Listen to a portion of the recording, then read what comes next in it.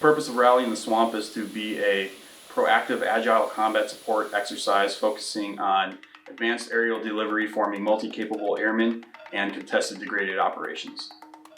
We bring in units from countrywide from across the 22nd Air Force in active duty to get best practices for execution, and we never execute as a singular force. We always execute as a combined force across either 22nd Air Force, across active duty, or across the joint force, including other branches of our armed services.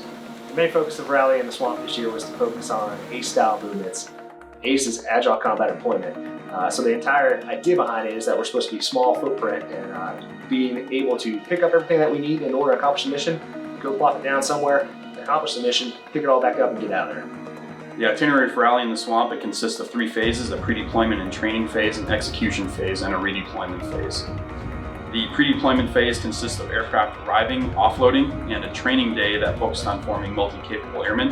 For the execution phase, we have 4 days of flights that include contested degraded operations, advanced aerial delivery, and multiple other training events that units requested prior to execution. The main purpose of the exercise is to, of course, generate the missions.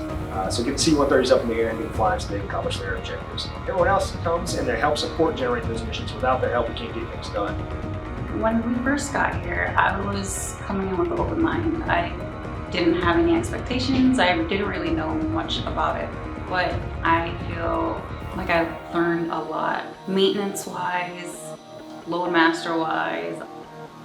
One big event that we had during this exercise was coordination between maintenance and security forces to secure an airfield where we were going to have F-16s landing. And that coordination had to happen, and we had to blend AFSC baselines to ensure that we could secure that airfield with limited security forces and limited maintenance members. They had to practice kind of do each other's jobs effectively on the ground there to ensure that the airfield was secure and capable of receiving aircraft. When an aircraft lands, we pull security.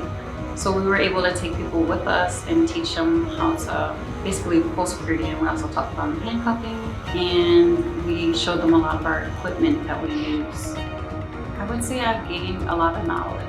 Going back to working with other jobs, learning maintenance or talking even with the hydraulics shop per se, like they taught me and walked me through the aircraft and showed me things that I didn't even know were there.